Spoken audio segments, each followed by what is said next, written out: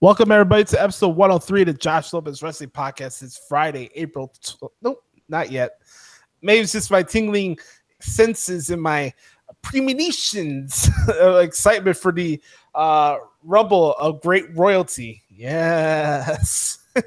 Welcome to the show, everybody. My name is Josh Lopez. It's Thursday, April 27, 2018. Ready to rock and roll for another podcast. Video show, whatever the fuck you want to call it at this point.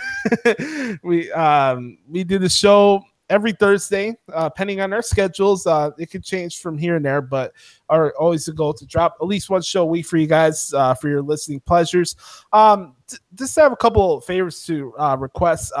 If you like what we do here on this podcast, especially here on YouTube, like the video and subscribe to the YouTube channel.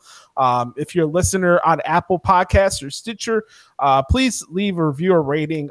Help us out, reach out to more people. Just say what you need to say. I want to get some honest critiques of the show. Any suggestions you'd like to hear from us, I'm always open ears to that. So hit us up, Apple Podcasts, YouTube, all that good stuff. Bookmark Pro Wrestling Transcriptions.com. I'm fully updated with all the articles that I missed during WrestleMania weekend, so they're all up on the website right now. So go check that out. And then coming up on tomorrow, I'll be covering the Greatest Royal Rumble live on the WWE Network for $9.99 or free or whatever tier prices they're going to change soon. So we got the Greatest Royal Rumble coming up on Friday. You can follow me on Twitter at Notorious Joshi. Follow me on Instagram as well at the same Twitter handle. Follow Punkster. Nope, that's actually deleted today. There's reasons to that. We have the Clown Prince of podcasting now. Make sure to follow me on Twitter, Adam Daley 13, the Clown Prince of podcasting. Adam Daley, what's going on, my man? So I guess I should probably explain that one right off the bat. Okay, so here's the situation. Josh has always called me Punkster since we met, and oddly, it actually just hit me like a couple weeks ago. But now that we're gonna start really doing this again, I don't know if anybody that's really followed us, and I hate using even that's a weird term to use, by the way. I don't like saying that, but if anybody that's kind of like checked out like Sam and I's work over the years, I've more used like a Joker gimmick than I've kind of strayed away from doing anything like even latching on to the fact that I got married dressed as CM Punk. Just because, and anytime people would make the references or comparisons, I always like push them away because like I just don't want to think people are trying to think that I'm trying to make a name off of his dime. You know what I mean? Like, and it's just because I look like the dude. There's always going to be people that are going to instantly say that, but but I don't want to. But that's why I've kind of have always pushed away like the CM Punk stuff once I started doing media. So, and we're going to talk about it at the end of the show. But since yesterday was Joker's 78th birthday, and since I've been using the Joker shtick since I started media anyway, and since other people have stolen and I've given all of my other gimmicks to other people and have let them use it over the years, we're just going to go by the Clown Prince of podcasting from now on. So that way, people can stop saying I'm trying to rip off of CM Punk, even though I'm never called my, I've done nothing, but I'm afraid to cut my hair just because I don't want to hear that I look like the dude anymore. Well, you said this before. You're not CM Punk. You're actually Kevin Owens. I'm more of a Kevin Owens. Or as somebody called me when I was running a store one time, he said, "Hey man, you really look like that dude, MC Punk." I thought, I know, dude. That dude flows. He's hot. He spits out hot fire. Hell yeah! It's like all the bars. We're gonna talk about wrestling, obviously. It's kind of not really the full background of the show, but we're gonna talk some wrestling. We're gonna talk about the NFL draft at the end of the show, since today is draft day. Talk a little bit some Bears and Raider football. It's interesting. Bears got the 8th pick, and the Raiders have the 10th pick. So. Because we lost a coin toss. Yeah, because why are we still doing coin tosses in 2018 for anything? For to decide political elections, to decide like draft picks, and they made specialty coins for this shit too. Right. We're gonna go with the flow of the show, obviously, and touch on some other topics as well. We have our fun pop culture segment at the end of the show. We're gonna mix in a lot of movies and music stuff. I have some music stories I'm gonna share from my music playing background and some trips I took into Boston. Kind of shed some light to some people out there, unfortunately.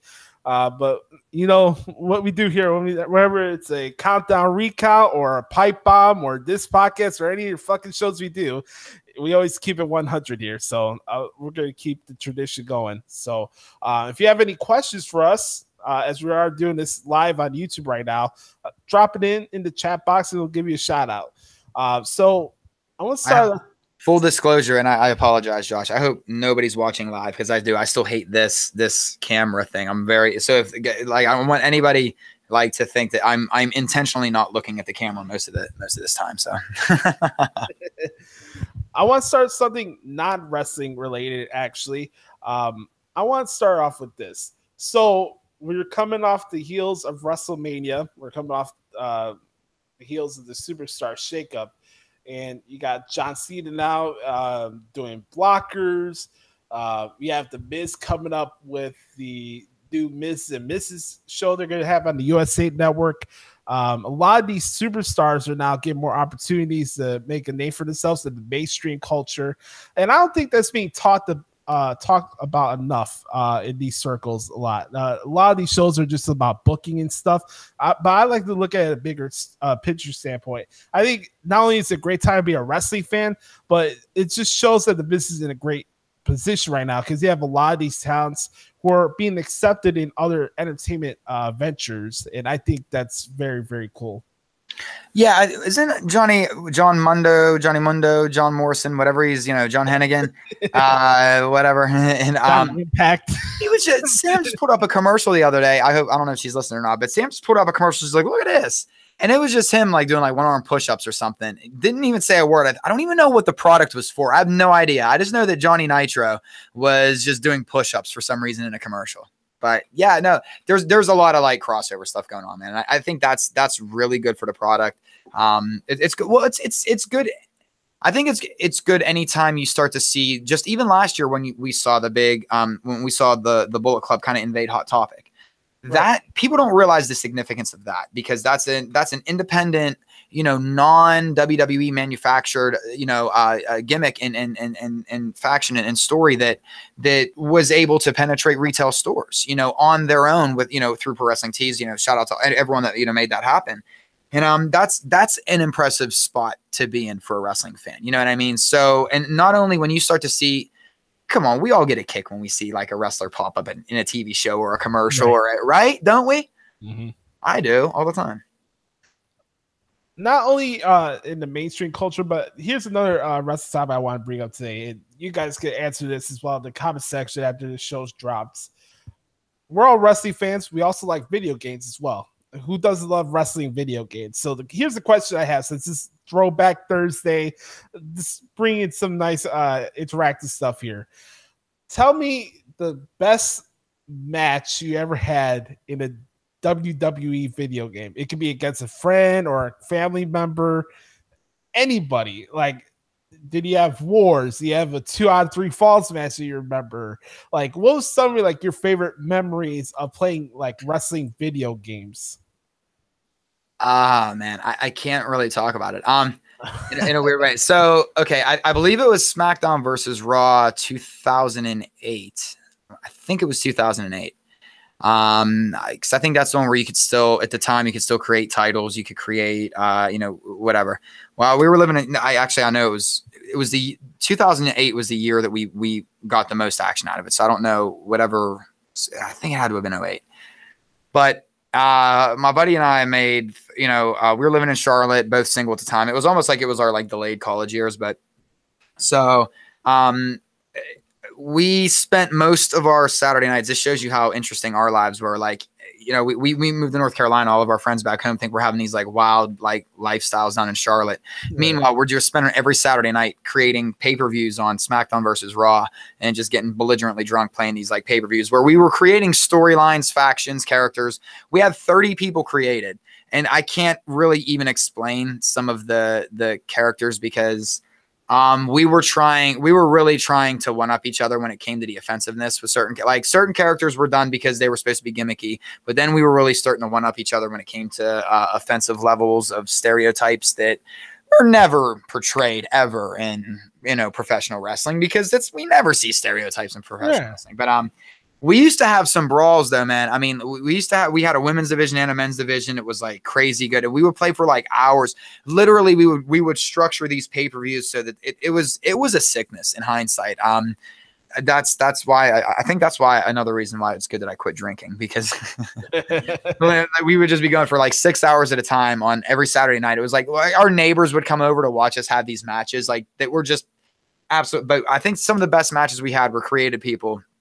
Some of the creative women's wrestlers from back in the day. So, but yeah, that was the old Charlotte nights. That was the crazy times in Charlotte, North Carolina. Nice. And then we'd go to Waffle House and try to eat ourselves back into submission and pass out. I haven't been to Waffle House in years.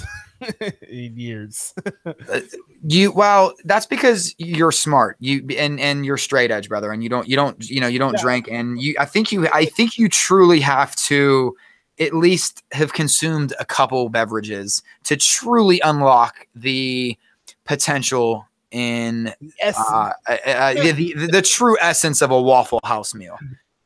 Oh man, I have a couple stories. I was one of those kids at a young age that was like big on like, you know, lining things up a certain way. Like I remember I had people, don't judge me at home. I was a kid of the 90s at the time, so bear with me with this. I was kind of like the kids that line up like Pokemon, like action figures in a certain order and alphabetical order. I don't know. That's kind of the weird thing I was as a kid, like doing that. And then especially with video games, where you had the option to like set up your own pay-per-views, like you were saying, I would actually set up the actual pay-per-views that actually happened. So I would follow through and recreate the pay-per-views on the video game, and I thought that was always fun to do.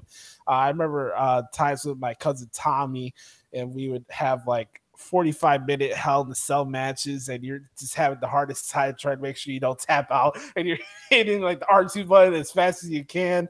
I remember we had, oh man, this is when they did the WWE video game where you had the NWO faction, and then you had the British faction. What was it, 11 or 12? I think it was a couple of years ago. Oh. And he had the creative character Jacob Cass, by the way, Austin Aries. Right. Because I know his wrestling style there. Brain busters and corner drops against all the shit. So we're playing that game. And then I always loved the wrestling video games, especially the ones where you got to fight out of the arena, like the old Attitude Era games. You can fight in the streets and stuff. Like, oh my god! And you always hear JR, that person has a family. They always made a way to make sure JR gets that line. That guy has a family. Yeah, JR. Yeah, JR and the King would always have to be talking about puppies in there somehow. Yeah. Like we had crazy factions, man. Like when I say like we built, and this is whatever, I guess, you know what, people don't want a PC culture. So here it is. Like, just to give you a taste of some of the characters that we would make. Like we had like stupid, like just like they do now. Like I think there was a Michael Jackson. I don't know who made it, but somebody made a Michael Jackson impersonator, and it said like I heart boys on his outfit, you know.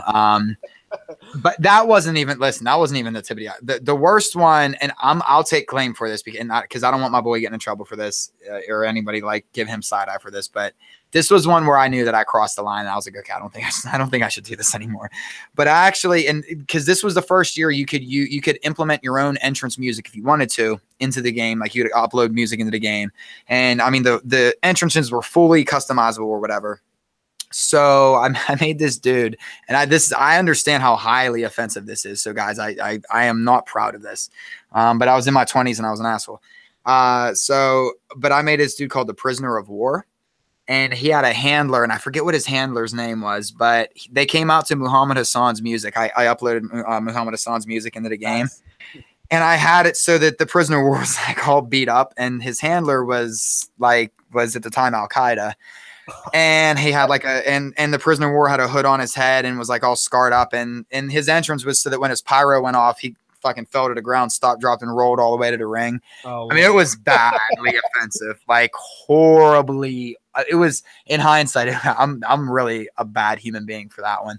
I mean, not that far off from some shit I'm sure WWE's done before, but at the same time, like we try to get creative too. Like I had this one faction called Disintegration X, where it was a whole vampire faction that was like a gothic style, like play on words type of deal. So, but we had some creativity in there, but then we started like, we had a nice hillbilly faction that I made wear, like the one dude I made wear a Dale Earnhardt like basketball jersey. That was a good way to make enemies in North Carolina. Mm-hmm. One of my favorite like gameplay modes they had on one of the recent video games was Undertaker beat the streak challenge. You put it on expert level and you try to actually go with it. And you know he has the superpowers and he gets like 3 finishers out of nowhere. He has that all in his repertoire right in the back. Like it challenged you, and like one of my favorite matches that I had with my cousin Tommy, we had like an hour Iron Man match. CM Punk against who was it? CM Punk against what's the Daniel Bryan? CM Punk against John Cena. Actually, my cousin was a John Cena fan, so I was CM Punk and he was John Cena. 4 out of 3 was our Iron Man match results. I made John Cena tap out to the Anaconda Vice as the time expired. So that was my favorite match I did on the video game. I can't remember like match wise because like we played so many. Like I can't imagine the number of hours. If there was an hour count on that, and I'm almost certain it was SmackDown versus Raw 2008. The hour count that my buddy and I put on that game is just. It would have been intense. Like I'm talking like 8 to 10 hours a day. Just like I'd be at work, he'd be creating someone. And it was like the most minute details. Like I had my entire sleeve totally like exactly looking how like it was a sickness, I think, in hindsight. We needed some sort of rehab. I want to ask you this question because we're kind of indifferent towards the Twitter culture right now, but let's talk about the people that are actually in the business. I'm going to go with either. Wait, real quick. It's not that I'm indifferent on the Twitter culture. Twitter culture is ruining culture. But go on. Oh, that's good. If you need, and here's the exact why. And then I do apologize for cutting in, but Kanye West yesterday was the exact perfect example of how Twitter and Facebook and social media is ruining just society. All of you idiots fell for the biggest publicity stunt in the world and got so worked up about it. And it's so funny. I got a question for you for those who are actually in the business. Who's killing it right now on the Twitter game? I got from the men's side, I got Tommaso Ciampa and Rusev because those guys just kill me. And then recently, Carmella's dropped some gems, and Nia Jax always posts some good stuff on Twitter as well. I think that I mean, I do think the women are killing it on there because they're really advancing their storylines a little bit more. I noticed there was a lot of talk between just when recently when they had the new call ups between like the Iconics and Bailey and just everyone just kind of how they were sharing lockers, Candice LeRae, or how they passed the locker along to somebody else. Dude, I'm not on enough to really know that. That's the thing. Like I'm really not. If I get on. Like Twitter, because I don't jump on Facebook at all. If I get on Twitter, it's like once every 3 days, and I don't know. And I know that sounds really bad, but I don't care enough about people's opinions anymore, especially when here's the Twitter challenge, Joss, and to answer your question on professionals using it versus whatever. I challenge you to go through your followers and see how many are actually active profiles. Yeah. I guarantee you at least 30 to 40% of your followers are accounts that haven't been used in years or accounts that are just bot accounts, have no followers, I guarantee, but besides that, I think I've been on Instagram, I think a little bit more than anything lately. And I think Ronda Rousey on Instagram is really using it the right way. I think that John Cena on Instagram is fantastic. I think he's one of the best Instagram follows. And I'm going to give a shout out to an Instagram account that I follow called Pipe Bomb News. I like it. It's a really cool. It's a really cool. A really cool like on this day kind of wrestling thing. They work hard on. I don't know who the hell runs it, but they bust their ass. They work hard on it, and it's a really cool site. But you know, so I would obviously it's not a professional, but they do a hell of a lot for the business. So I don't know. But other than that, yeah, I'm more on Instagram just because it's like I'm kind of like the John Cena thing now, dude. I like posting a picture and just not even putting a caption on it. I want to give a shout out to the women because they're not holding anything back towards these trolls out there, especially like Alexa Bliss or Carmella, like I mentioned before, and Nia Jax. Like, good for them. Good for them to speak up for themselves because they bring as much to the table as any of the other women on the roster that have more in-ring technician skills, which doesn't really mean anything at the end of the day. All these women provide something different to the table, which is kind of the cool part about what we have here in the women's revolution or evolution right now, that you have so many different role players and they're all playing their parts perfectly. Right. Well, and and I do understand just because I don't like it, guys. Like, listen, right now I'm a nobody, so I don't need to use, and realistically, I look at somebody like that I look up to and that I, would like to take professionally like respect is a guy like Michael Che. Michael Che is not on Twitter. Like, you don't have to have these mediums, but right. At the same time, like, if I was on a bigger platform, obviously I just to keep up with the Joneses, I would have one. And I don't know what it would look like anymore, man. Like in your mind, who really does it right? Like in a right way? Cause I get, Corey Graves, I'm always giving, Corey Graves a shout out, but I think Graves does it the right way because he blends, not only is he blending kayfabe with himself as a human being. It's just, I like seeing that side of things. I mean, he worked everybody with the Booker T stuff, when that all stuff went on, that was nicely played by both of them. And Kevin Owens is another guy I always, appreciate, I guess. But I think there are some people that use it right. Right now, I don't know. I just think that's where I think there's oversaturation, to be honest. Yeah. Oversaturation and overconsumption as well. Yes. I if put a ribbon on the bow of this, I think Kevin Owens does probably the best job on Twitter out of anybody that like places their character the most. Like he's just the man. And you know what? I'll give a shout out to Roman too because he has a couple good lines as well. Uso doesn't care. Like he'll use Twitter to talk shit to people too if they want to talk some stuff too. So. Well, yeah, I mean that's the beauty of it is being able to advance your character. Like, listen, there's absolute upside to social media.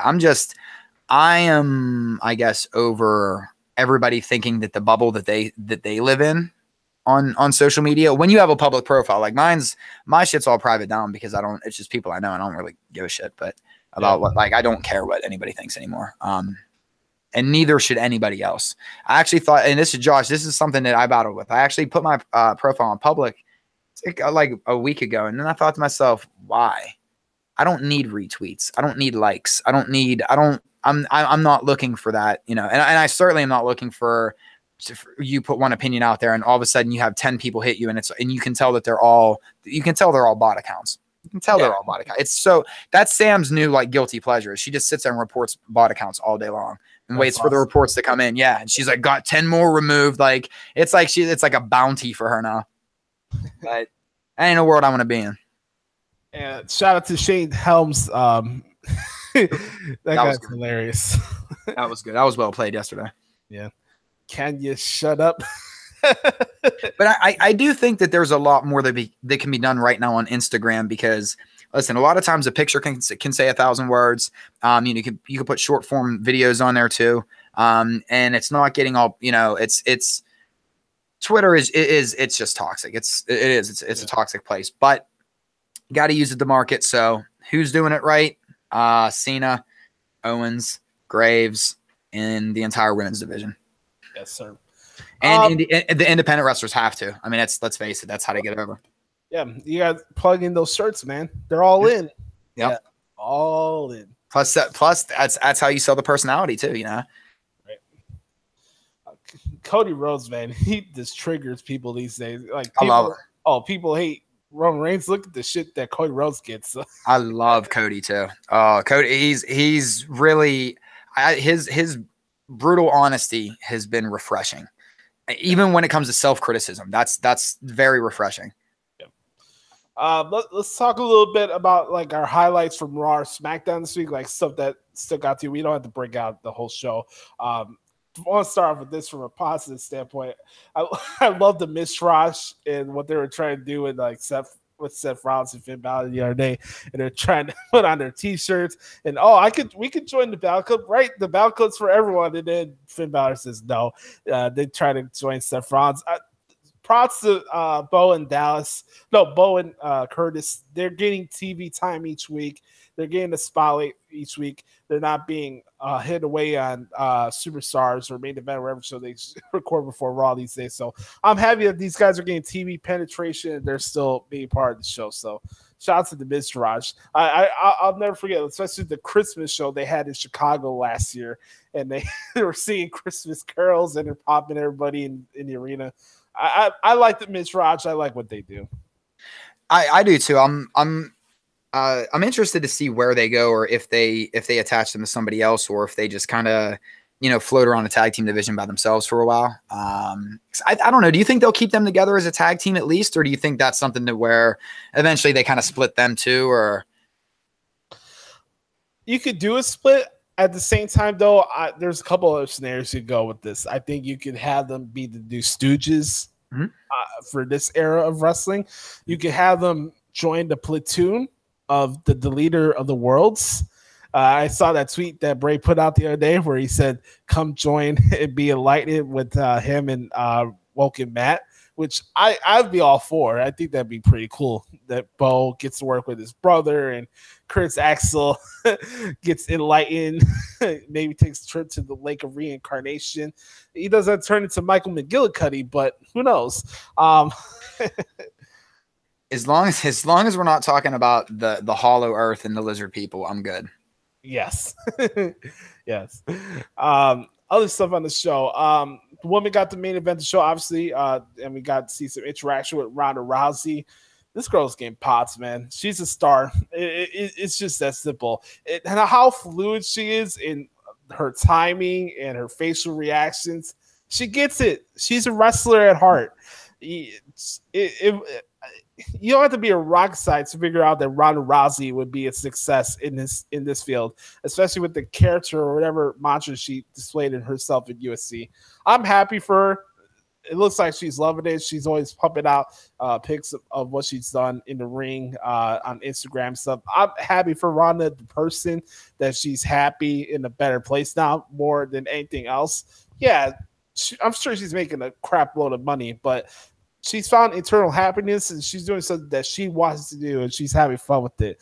I bet she's a wrestling mark. I bet you she's marking out every time she gets to go to arena and to perform like that. So good for Ronda. I think sometimes you can tell. I think she gets wrapped up in the moment sometimes, And the one thing that I'll say about Rousey too is I like that even though ultimately we know that they are grooming her to be big time, Yeah. They're not asserting her as the woman yet. You know what I mean? And I'm not saying that, and who knows what, but they are bringing her along.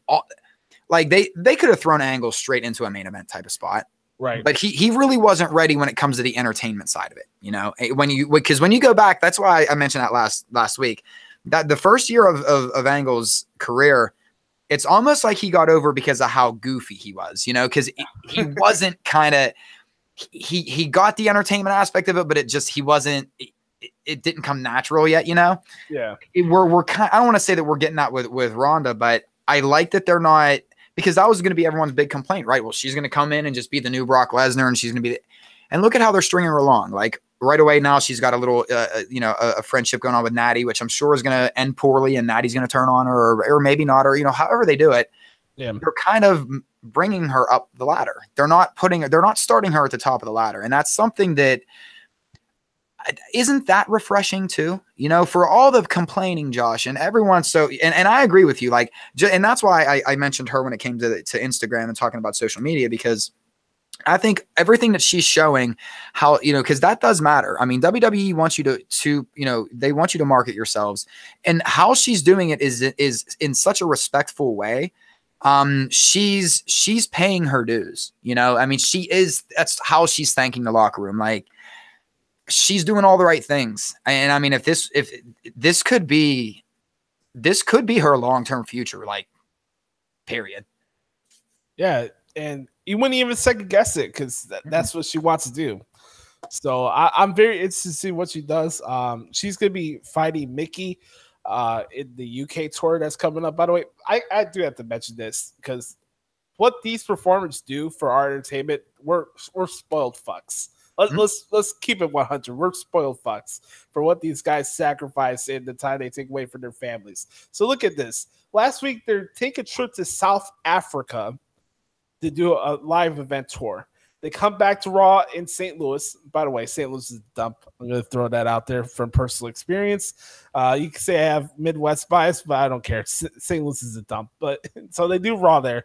They're going back to Saudi Arabia tomorrow for this special. Well, by the way, the company's going to make almost $200 million on this event, which is absolutely insane. Wow. They continue to outdo their quarter revenue. But hey, folks, the business is at an all-time low. Anyways, going back to what I was saying about the travel schedule, more importantly, they're going to come back to Canada after the Saudi Arabia show's over. So Raw's in Montreal this Monday. Then, in a couple weeks, they got the UK tour that they do in May. So you got all this shit looping in with each other, and then you still have to build towards the Money in the Bank pay-per-view. These towns, I give props to them for how they keep their bodies in shape for that amount of travel and that amount of matches, because they're not, oh, we'll do one show here and then we'll wait another 3 days. No, when you're in these international tours, Friday, Saturday, Sunday, maybe sometimes twice a day. You know, they might have an early show and a late show. I mean, those are things that go on too. Yeah, I mean, it's a rigorous schedule, and especially right after to add a little extra light on the, you know, of a ray of sunshine on this. This is right after the most important event of the year too, right after WrestleMania. So it's not like the past couple months haven't been busy enough for these men and women. You know what I mean? So now they're coming off of the busiest, most hectic, most pressure-filled time of the year. And typically, you know, it's just straight over for, you know, for the UK tour, and then they come back. But it's impressive. It has to be exhausting, but you have to tip your hat to these men and women, because it's impressive with the travel schedule, how they're able just going back and forth between time zones and jet lag and just things that we can't comprehend, because we're just the normal, like, you know, like, it's no matter what you know, any of us that are probably listening to this or watch, or Josh, you know, you and I, our lives are very simple. You know what I mean? I wake up, I work from home, I get my shit done, or I tape a show like this and I work afterwards. You know, my life can be a little bit flexible. I couldn't imagine waking up again. Okay, I got to fly here. Then around 4 o'clock, I'm going to fly over here. Then about 7 o'clock, I'm going to fly over there. But there's going to be a time change, and I'm going to go back over here. Then all of a sudden, it's not even. It's like 2 days later, and it's, dude, that's a lot. And I'm bringing this up because we had a little talk about this before we start recording the show today. We have different ways of how we consume the shows.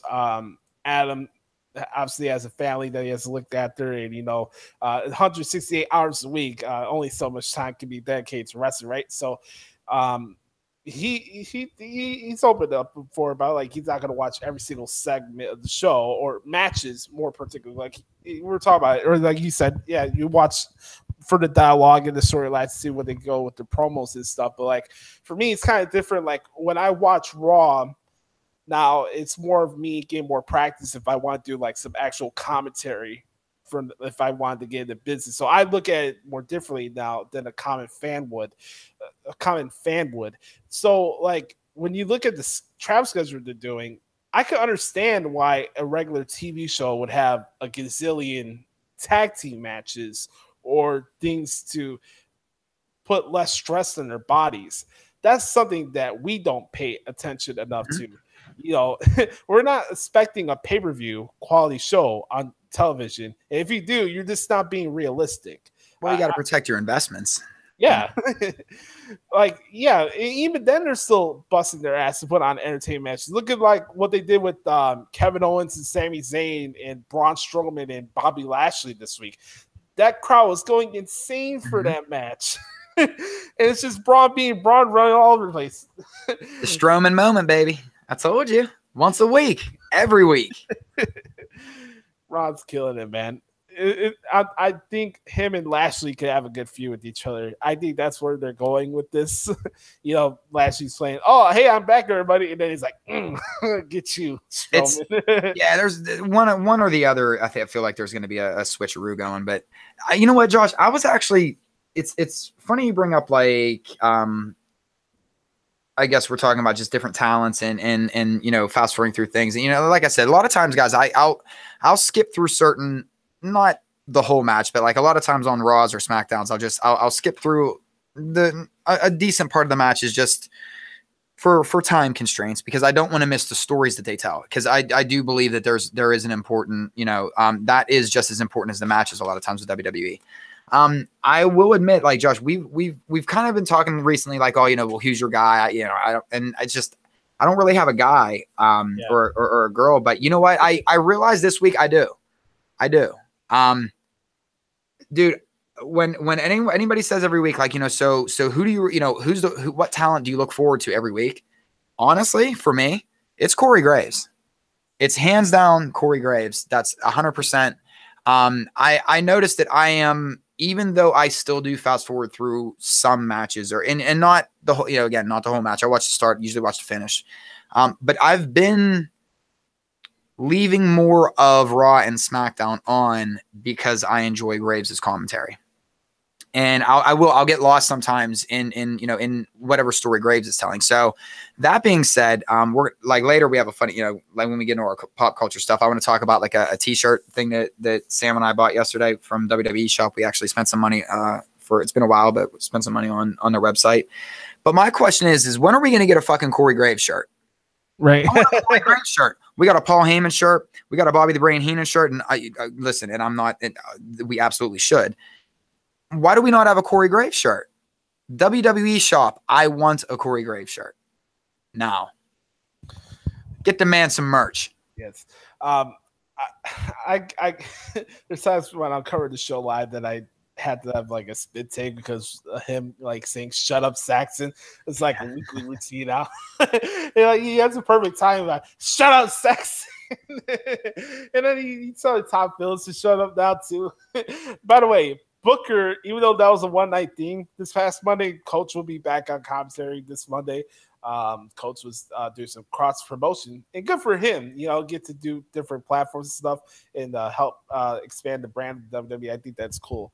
But Booker, you know, at the beginning of the show is like, you know what happened with their work a couple months ago.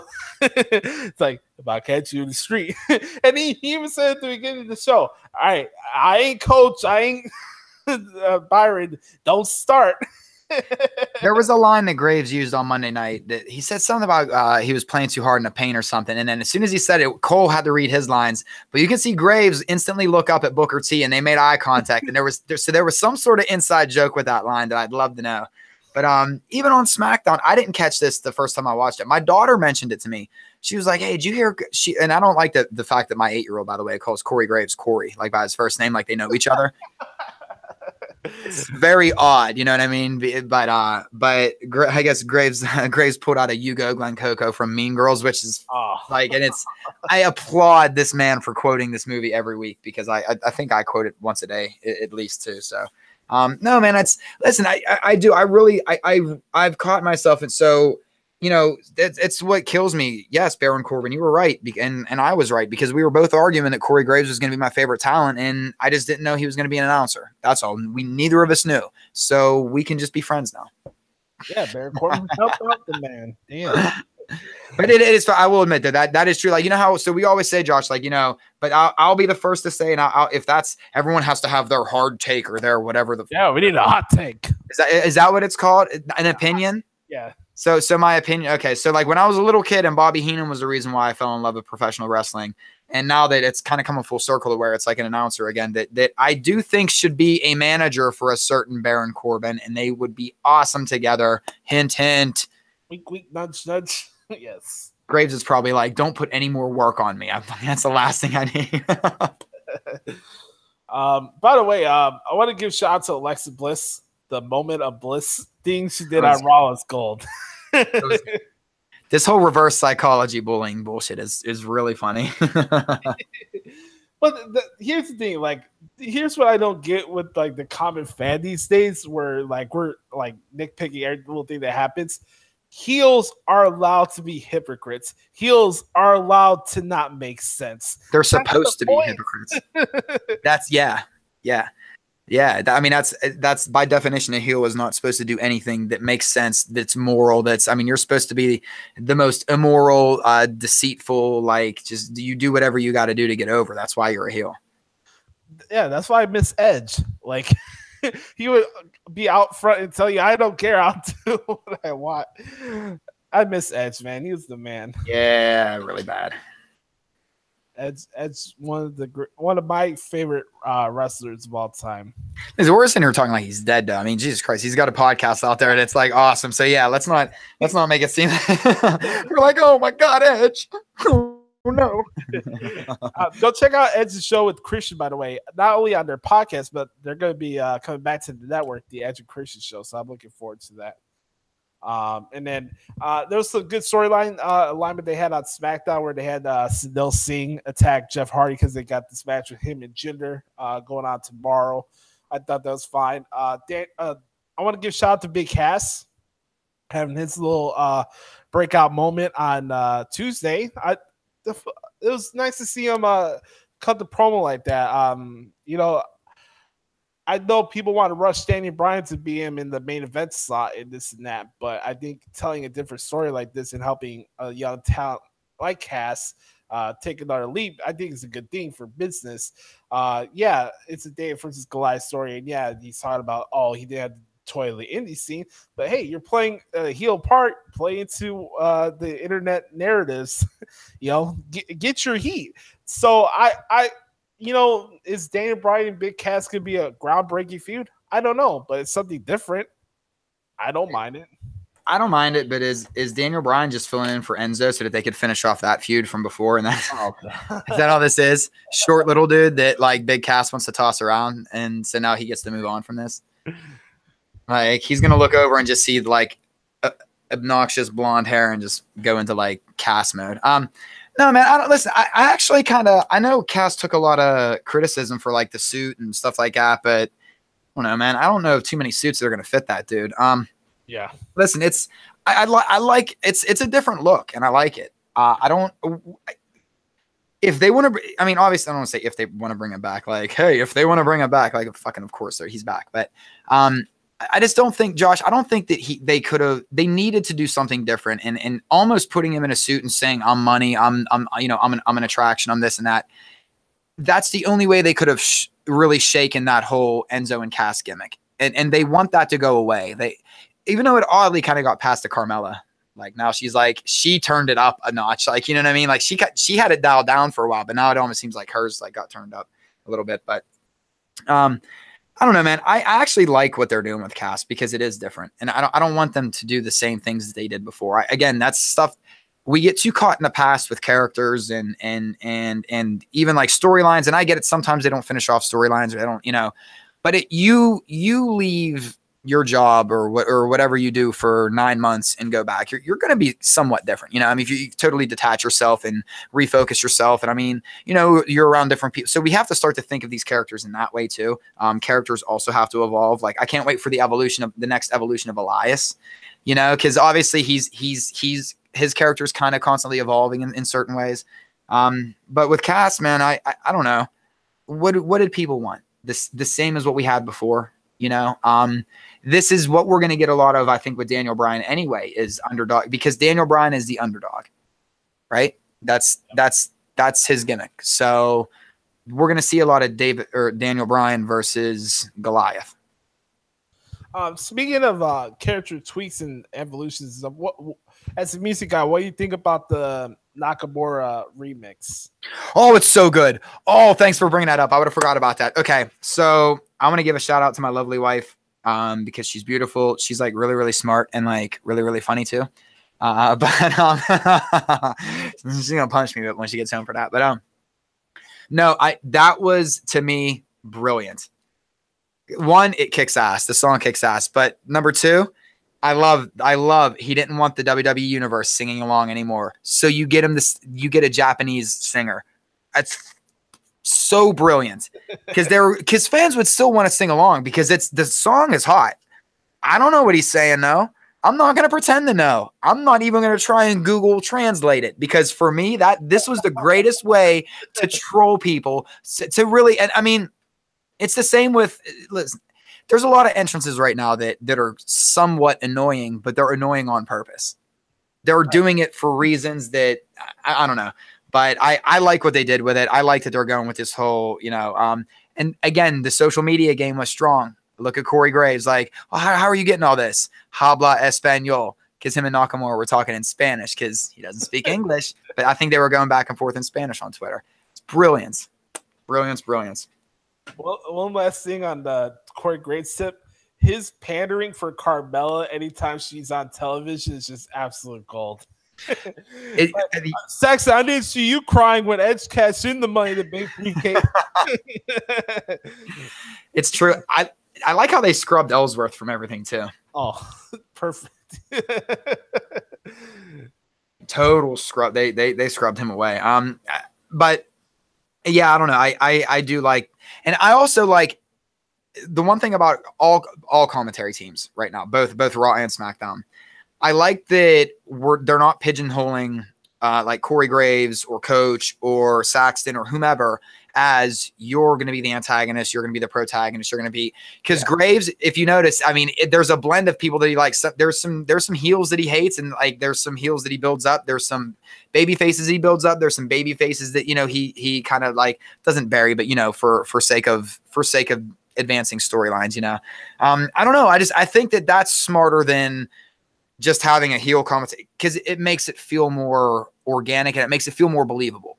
Right. Because we all like because it's supposed to be about the characters now, not the characterizations of the characters, I guess. Yeah.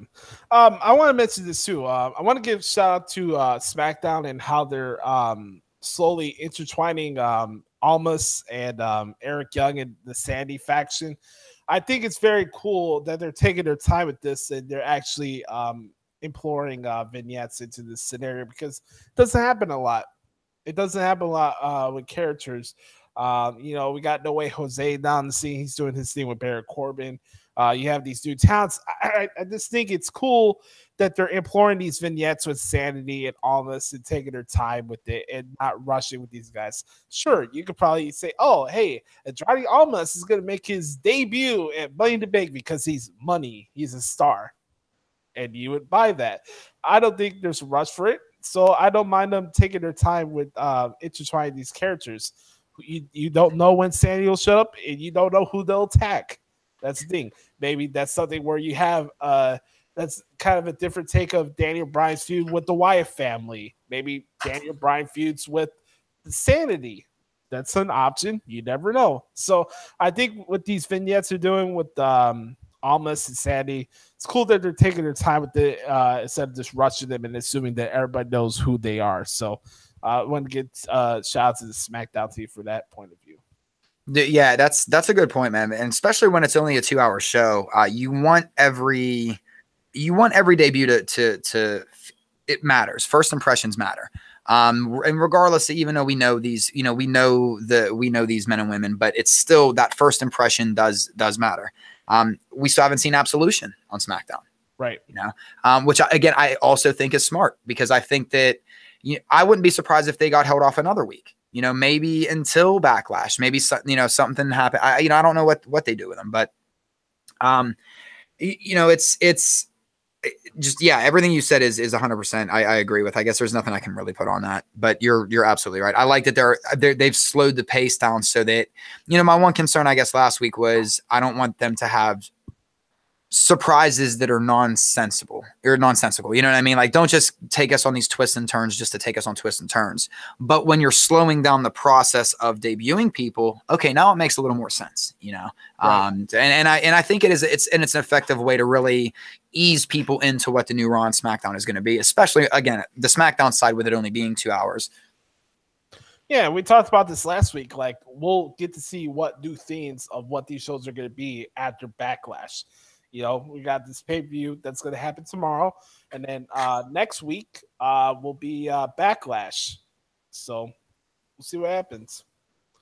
And I don't think it with the Saudi Arabia event, I don't really think that we're going to see too many titles change hands. I think this is more of, like we talked about, like an overglorified live event that they're really, you know, that it's, and it makes sense. Like, I'm not saying this, it's going to be awesome. Please, guys, I'm not trying to like downgrade this event at all.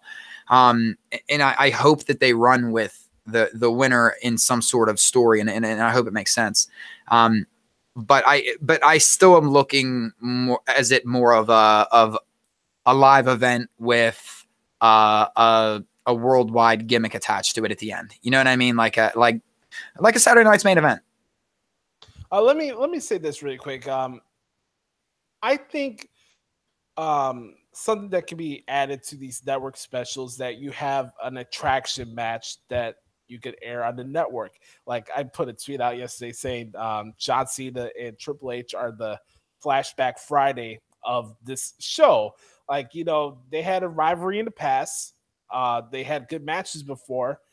And I think when you have a network special, if you have talents that can still perform and they're not there every single week, or they're part-time guys, add them on the show. Like, they don't need a storyline. They don't need this or that. It's an attraction match. It's a WWE Network special. You got two stars who are attractions that you can see all their work. If you haven't seen them in 5 or 10 years, you can watch their work. It's a cheap plug for the network. Everything that goes on with the product is a cheap plug for the network. I mean, let's keep it 100. So I just think going forward for these future specials, I don't mind having a network attraction match for what that show is. That's why you had Chris Jericho do his 25th anniversary thing at MSG against Kevin Owens a couple years ago. That's why you had the Brock Lesnar Beats of the East special. So I think going forward, you have these network specials. Why not bring in a couple old-timer guys? You don't have to have a 30-minute match or anything like that, but sprinkle it in and see what they can do. So we're going to get into the Greatest Royal Rumble in a couple minutes, but I just want to say, though, John Cena and Triple H, yeah, they don't have a story. Who gives a shit? They're still going to pop for the crowd. I don't think they're going to have the longest match of the show, but either way, I don't mind that they're an attraction match for this show. That's what it is. Well, at the end of the day, what's Rusev and Undertaker's storyline? Yeah, right. Exactly. Nothing. Like, yeah, hey, let's dust off the old casket. Softly. Dust off the old casket and get it out there. We haven't used it in a while. You know, I don't know. I don't think these, like, when we get certain little special events like this, and again, this is where we're spoiled as fans, because it's an event that by no means would we ever have gotten before the network. This isn't something the USA Network would broadcast. This isn't something that, you know, I mean, would you put it on pay-per-view? I highly doubt it. You know, this is like the old, what were the old UK pay-per-views called? Yeah, and like, was it Insurrection? Insurrection. Okay. So, I mean, this is in a way kind of a similar premise to that. So I'm not expecting, you really can't tie, you don't want to build storylines towards something that, I don't want to say popped out of nowhere, but this isn't a typical pay-per-view, I guess. You know what I mean? Right. This is more of a special little nugget that they're throwing at us. This is a morsel that they're throwing at us just to give us a little something extra, and we complain. It can't just be, hell yeah, at least we got some fun matches. Who cares? A lot of wrestling, when I used to go to the old ECW shows at CCBC here in you know, outside of Pittsburgh in Beaver County where I grew up. Right. There were never storylines. You'd show up, there were matches. It was a awesome time. You were never disappointed, and you went home like, holy shit, that was the best $25 I've spent in, like, you know, because it wasn't. It was what it was. You didn't need the, so as big of a storyline guy as I am, Josh, you know that. sometimes I think it's refreshing to have these pay-per-views that you can put people together and just let them go at it and have them have a good match. Yeah, and this is just my suggestion going forward. I don't mind having a part-time or attraction match on these specials. And I mentioned this last week.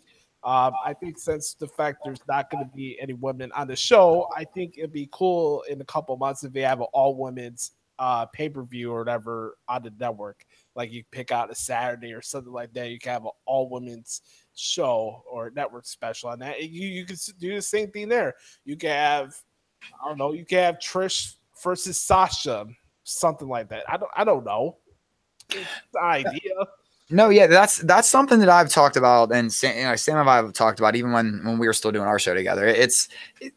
I think it's time that they have, and I don't mean an all like a women's show exclusively on a network where you're pulling in Raw and SmackDown or whatever. But why not take maybe film a live event match somewhere, and showcase that and build a half-hour show around that match that, might be, like I said, just sit down interviews with talent, like Renee Young can interview people or whatever.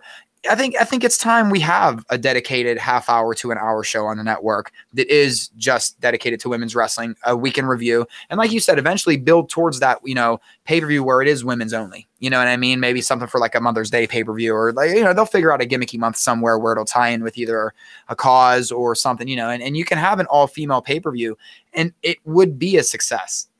And I think that's where a lot of salt would get poured in a lot of the old dogs' wounds, because a lot of the old dogs don't like that women can go in a squared circle. They don't like the fact that this isn't really it is. These people are absolutely athletic. This is a sport, but this isn't a sport that's it's not, the winner isn't contested in the ring. The winner is figured out beforehand, and they're showing us how one person is winning over the other, and I think that's what we forget. And I think that's what really irritates some of the old generation that really digs at the women's division and says that they still don't sell and it doesn't matter. I dream for the day that they have an event where it's just the women's division. Or they get that show, because I do think that it's going to start bringing in, I do think it brings in subscriptions. I do. Let's get some predictions out of the way for the Rumble before we get into our pop culture, because we're going to get some deep territory in our pop culture. So you guys are really going to enjoy it. Got some cool nuggets for you guys. I have the card with me right now. We'll start this off really quick. The leader of the world's Broken Matt and Bray Wyatt against Buzz, against the Bar, Vega Tag Titles. This is pretty simple. I'm going to go with Bray and Matt. Yeah, I think so too. Just to make this short and sweet, I think this is, this is probably maybe one of two titles that changes. Another good week for 205 Live. They had an hour-long gauntlet match to decide Cedric Alexander's opponent for this show tomorrow, actually. So we got Alexander against Kalisto. I got Cedric Alexander retaining, but that gauntlet match was pretty good, actually, the other night. So they probably won't get a lot of time, but I'll go with Alexander. Yeah, definitely go with Cedric Alexander on that one. Yeah. Next one, really quick, ladder match for the IC title. Samoa Joe, Miz, Seth Rollins, and Finn Balor. This is a match I'm looking forward to the most for tomorrow. From a mid-card standpoint, I'm looking forward to this one, but I actually got the Miz winning. I think we're going to flip the titles back for both brands. I think Miz is going to bring the IC title to SmackDown, and then I'll explain why one goes into the next match. But I see what you're doing. I got the Miz winning. I wouldn't be surprised if Seth Rollins wins, but either way, it doesn't matter. But if I'm picking, I'm going with the Miz. I see what you're doing. Okay, now here's where if the title is changing shows, I think Samoa Joe wins. That's not a bad idea. I think if you're gonna put the title, if they're gonna switch titles, which I see where you're going with the U.S. title, so I'll play your card on that one, and I think that you would probably go with Joe, because then, and this is showing my hand on a different match, but I think that when Joe and Reigns have their match at Backlash, I think it should be for a title. And I think this is might be the only title that will be involved in it. So I'm going Samoa Joe. That's gonna be a car crash, man. That match is gonna be insane. It's gonna be a good match. Yes. Yeah, it's absolutely gonna be a good match. Jeff Hardy, Brother Nero, Smokey McGee against Jinder Mahal. I got Jinder against some Justice in Saudi Arabia. The Maharaja reigns supreme again. Jinder is gonna get the U.S. title back. I could see it happening. If they're gonna now, so this is where if they do a switcheroo. So if depends on what matches first, and I hate that I'm saying this, but if the U.S. title, if Hardy retains the U.S. title, then I do think Rollins or Balor, probably Rollins just retains. Yeah. But so if we're going with both, it's either going to be Rollins retains and Jeff Hardy retain. Either they both retain or Jinder wins and Samoa Joe wins. It's not going to be obviously because it's just for a balance. Right. Yeah. I want to bring this up with Jeff Hardy. I have this feeling that we could see some glimpses of him going back with the face paint and going back to the charismatic Enigma mode. Yeah. I have a feeling that's going to happen because, he's getting to this talk about Throwback Thursday. He's going to go into this like retro feud with Shelton Benjamin and Randy Orton and all this stuff. And it's going to be a story going back for him trying to go back to the main event scene. I really do think they're going to put a lot into Jeff Hardy on SmackDown.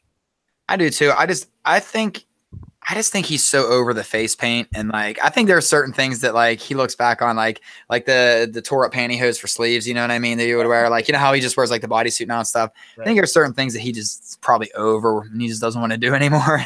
So listen, I'll come back. I just don't make me put the face paint on, please. I don't know. I could see it eventually. I could see it eventually. Next one, I'm gonna go AJ Styles and Nakamura. This is gonna be DQ. I think for it to continue. Shinsuke Nakamura will cause a disqualification, obviously. It's pretty simple, right? Nakamura. Dude, I mean, I think Nakamura probably gets disqualified. I mean, it's Styles retains in some fashion, but how great is heel Nakamura right now? Tremendous. This was so needed. And Josh, and I know that Josh, you and I would always talk about it, and I know people never liked our conversations about this, but this was needed. This almost felt like for whenever the heel turn happened at Mania, it was almost like a finally moment for me. Like, okay, he's finally, this is how they get him over. Like, they have to get him over as a heel just because he wasn't clicking with. And it wasn't him. And that's what I always said. It wasn't him. It wasn't WWE. It wasn't anything other than people are just people. That in North America, in the United States, we still have it's greatest country in the world, but we still have our problems. Yeah. For example, when the heel turn happened, a guy 2 rows behind me said, "Oh, that's your way to connect with fans, you blind motherfucker." After the match is over. Yeah. I mean, that's fucked up, man. That's not right. Well, here's the thing, though, too, is like, why do we need this is the one downside of, like you said, about social media and stuff like that, and the accessibility that we do have to these men and women now. On the flip side of it, it's a gift and a curse, because now we expect them to constantly pander for us, like dance, monkey, dance, and they're not carnies. Like they have an off switch too. They get to punch out and live normal lives too. And yeah, I think that's the other downside of social media and people constantly being on people's ass. Mm-hmm. Undertaker, Rusev. I got the Undertaker. Yeah, I said this on Monday at work. I was like, Undertaker's making his entrance for the Greatest Royal Rumble right now. He's almost there at Saudi Arabia, but he's still making his entrance right now. He still has the black coat and everything. How long do you think this lasts? This is gonna be, and this isn't gonna happen, but what I really want is, obviously, Taker's entrance is gonna take about 15 minutes. Yeah. I want, as soon as he gets in the ring, I want Rusev to just roll himself into the casket and just be like, "Come over, just close the lid." You know how funny that would be? In a way, do you feel like this is just to give the people of Saudi Arabia a taste of the Undertaker's entrance? Yes. That's the only reason why he's there. So if anybody, I mean, because if you've seen it live, which I would imagine most people that are listening to this probably has, Josh, you have, obviously, there really is nothing like it. No, it's its own spectacle. I felt it. I had more of a connection to it this year because it was actually inside of a dome. The last 2 times I went to WrestleMania were out in the stadium. It got freaking sun in my face the majority of WrestleMania 31. Then I'm in the freaking dump in Orlando and like the air's going on in the building. And I couldn't feel it. I felt it when the gong hit and they did everything they did at Mania. Like if that was the send off for him, I thought that was perfect to see put Cena away. But when I was looking at the show, it's basically an orientation of what WWE is. This is WWE's presentation to Saudi Arabia, what their product is. This is basically what this show is at the end of the day. Yeah, there's business involved. Triple H is looking to expanding performance centers in different parts of the country, which is interesting. We'll see what happens, and hopefully their religion, maybe they look at a different way in the coming years so they could actually have women on these shows if they do more shows in the future. But when you look at this show, it's basically opening seminar or whatever, orientation of what WWE is. So yeah, you're having The Undertaker there. You're experiencing The Undertaker. So it's special for people that get to watch it. Enjoy it because we never know when it's going to end. But if you get to see the guy take in what the character is. And that's why I'm not expecting much out of this match. And I don't think any of us should. You know, this to me, this is again, just for people to just really experience that moment. Because what do we always talk about, Josh? Is about those moments. So how many Taker fans are in Saudi Arabia that have never thought they would be able to get to see the Undertaker's entrance? Like they've just heard about it. They've heard maybe some of their buddies have been to a Mania. Maybe they've just talked online with people. You know, they've seen it so many times. But it's just like anything when just like a rock concert. When you finally see your favorite band live, it's just something that just comes over you that you can't explain. So I imagine that's the real reason why we're having this match. I remember the last time I saw Undertaker inside an actual arena, like with the dome and everything, was when he did the Johnny Cash "Ain't No Grave" song. He came into that in Chicago. I remember that because that was the last Raw before WrestleMania 27.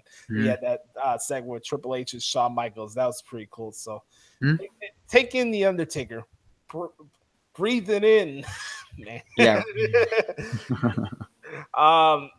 Next on the docket, John Cena, Triple H. I don't know. It could go either way. It don't matter to me. Here's the thing. I don't know how long the show is. I haven't looked into it. I know they're doing the kickoff show where they're gonna have JR and the King on the panel to talk about what's gonna happen, which is cool. Which is fine. I don't mind seeing my guy JR. He's the reason why I'm doing this in the first place. So cool. Hey, it keeps the King away from doing stuff that he'd probably have a stroke doing. So right. I mean, this is good. I don't say that in a disrespectful way. I mean, you got to slow down. Yeah. But John Cena, Triple H. You know, I'll go with Triple H. Why not? Just for the hell of it. Oh man. Talk about adding more of a bad month for John Cena. Oh man, yeah. This one kind of. I mean, I think Triple H will put Cena over, but I mean, nobody's really put anybody over in this one. This is just a grudge match. You know what? I want to go with Triple H in this match. Kind of. I do. And that's not a conspiracy like, oh, they were. No, I just think it would be funny. It would almost be like an inside joke with them. Just like watch the internet get so pissed if I hit you with a pedigree and win. Just watch your internet complain. It's little stuff like that I'm sure every once in a while they're like, listen, we know this doesn't matter, so let's just fuck with the internet. I had somebody reach out to me the other day, like, oh, this is gonna be the shovel match. Jesus. Oh man. Oh shit. Let's see if anything else I'm missing. Oh, Bludgeon Brothers Usos.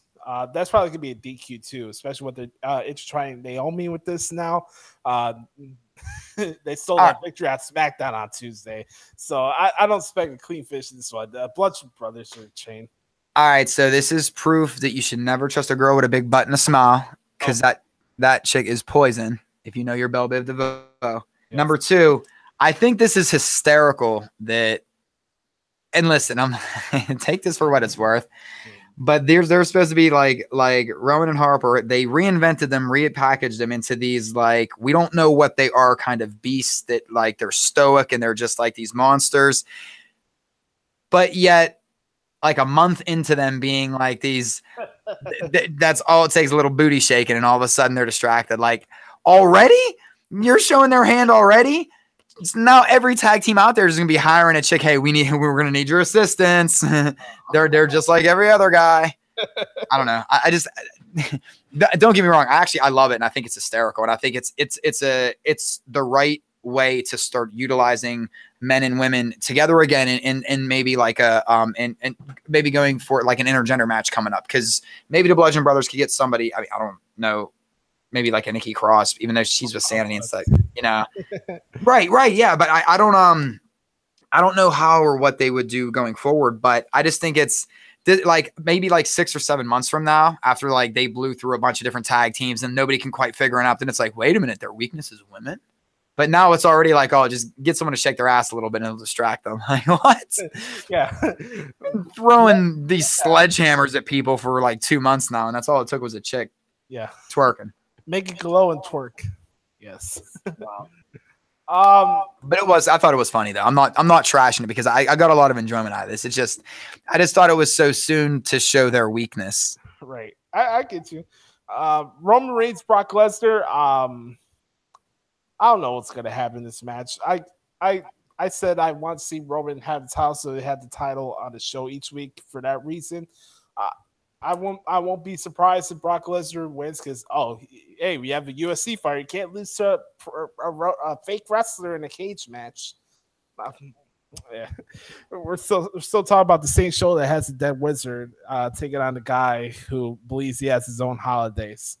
That kind of, yeah. What's believable at this point? I will admit, I'm starting to really enjoy the Brock Lesnar trolling the fans asshole kind of like character, because right now it is totally like they know how much it drives people nuts, and that's why I think I'm enjoying it more. And they started to sell a shirt on WWE shop. That's not a this is a prediction, a spoiler. Not a prediction. This is a spoiler alert.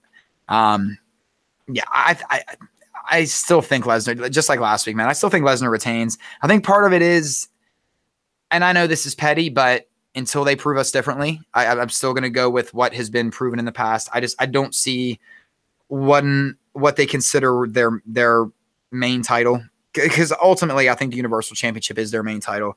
That's not going to change hands in Saudi Arabia. It's just not. And I don't necessarily know for a storyline right now. I don't know if it should, because I think that there might be something. There could be something to a Roman Reigns that starts to get overly frustrated, because in a way he really hasn't been working his baby face is what people are trying to make him out to be. He's kind of been whining a lot lately. Like, if you really look at it, he's I don't know. He's in that pre-Anakin Skywalker stage, like attacking clones. Kind of, yeah. He's in that real annoying prequel. No, but so I just think that right now still it's I feel like they have a different way they want to take the title off of Lesnar anyway. But yeah, I'm just gonna go with Brock in this one. Finally, man, the Rumble, it's gonna be interesting. I hope they do like the 10, 9, 8 stuff. I hope they do that as to show what a Rumble match is. So I think it'd be cool. By the way, did you see the seats that they're having around ringside? They have couches. They got like literal couches, not like big ones, but like small, like Oh, why don't we have those? Tell it to our freaking arenas that have like seats crunched in like this. Yeah, and maybe I'd actually pay money for something other than nosebleed seats for a change. So there are so many people in this Rumble. What number did you draw? I got number 42. I think I'm coming out as. So like, what? Nice. You know what? I'll go with my birthday. I'll go 7. There you go. Yeah. But there's 50 people now. This includes the 205 Live guys, right? I would imagine. I don't know about that. I do not know about that. I know Rey Mysterio is going to be in this thing. Chris Jericho, obviously. Mark Henry says he's coming out of retirement just for this Rumble, so I guess that means a lot to him. It's a bad run. It makes sense. You have a big guy in there. So it's history making too. I mean, it's something you'd want to be a part of. Braun's gonna win the Rumble. Let's just get this out of the way. Braun's winning the Rumble. He should. Now, this could be a good way for them to start to tease like a Strowman versus Lashley. Right. Like have them, be the final two. I don't know, just because people that are competing in other matches are also going to compete in this too, correct? Yes. I don't know. Probably not The Undertaker and probably not Brock Lesnar. And probably not, I wouldn't think Reigns or Styles or Nakamura either, though, right? They could. Well, nothing's on the line, though. Like, you're not getting a future title shot, so it don't matter. So Nakamura could win. Yeah. Nakamura can win just to like, and right. Cause I mean, right. This is going to be total gimmick. So would you give it to somebody like Jericho so that it's like, in a way, if they do this once a year, you could almost start to bring in people as a one-off like they do with like the Super J Cup and stuff like that. You know what I mean? Like or the New Japan Rumble. I mean, would you do that, or would you keep it in company so that you can build a storyline that way? I could. I could see that. I can see that for Jericho. I can even see that with Ray if you want to do an upset. Yeah, absolutely. I do think this is one that sends the fans. We always talk. Hey, we gotta send the fans home happy. Gotta send them home happy because everybody's gotta be happy. I think this is one though, because it is such a specialized event and it's the first of its kind in Saudi Arabia. I do think this is where they send people home happy. And dude, I think you're right. Maybe Strowman is the guy that right now seems that the consensus on him is everybody loves him. Yep.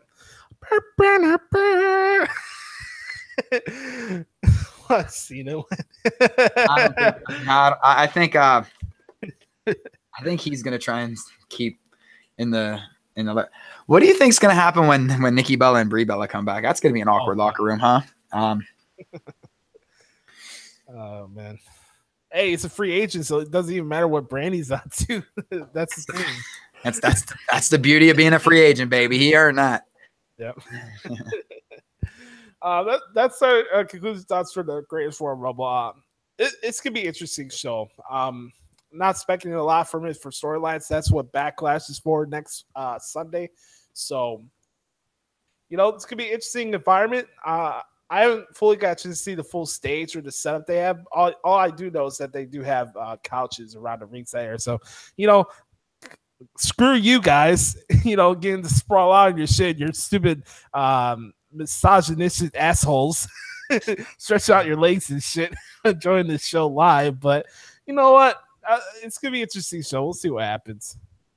Yeah, I am interested to see, because again, this is just it's definite baby steps when it comes to breaking down cultural barriers, and definite baby steps. I mean, this isn't something that you're not going to change the Middle East overnight, guys. This is right. Not, and just like our culture isn't going to change overnight with certain things either. And that's understandable. And that's what we have to start accepting about differences in the world. So, but this, I think that just because women can't compete, I know I said it last week, this is still something that we can't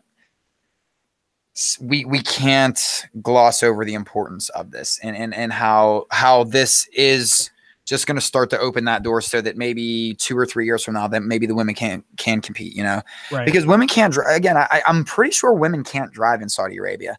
No. Or it's something that, that's what I thought. Cause but there's an initiative that they are starting to there is a cultural revolution going on right now. But again, for us to say that WWE should have done this, or they should have done that, or they just shouldn't have done the show at all.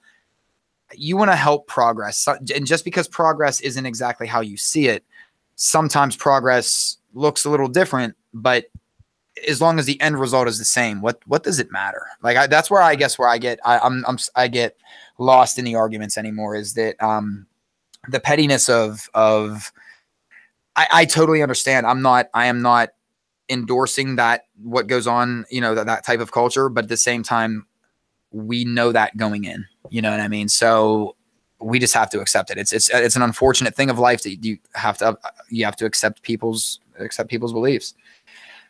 All right, folks, ladies and gentlemen, let's get into some fun here. Before we say goodbye for today, I'm gonna start this with the documentary. Actually, I got to see the Andre the Giant documentary first time last night. I know it's been out for a couple weeks. I think they aired it the Tuesday after WrestleMania on HBO. So I finally got a chance to watch it.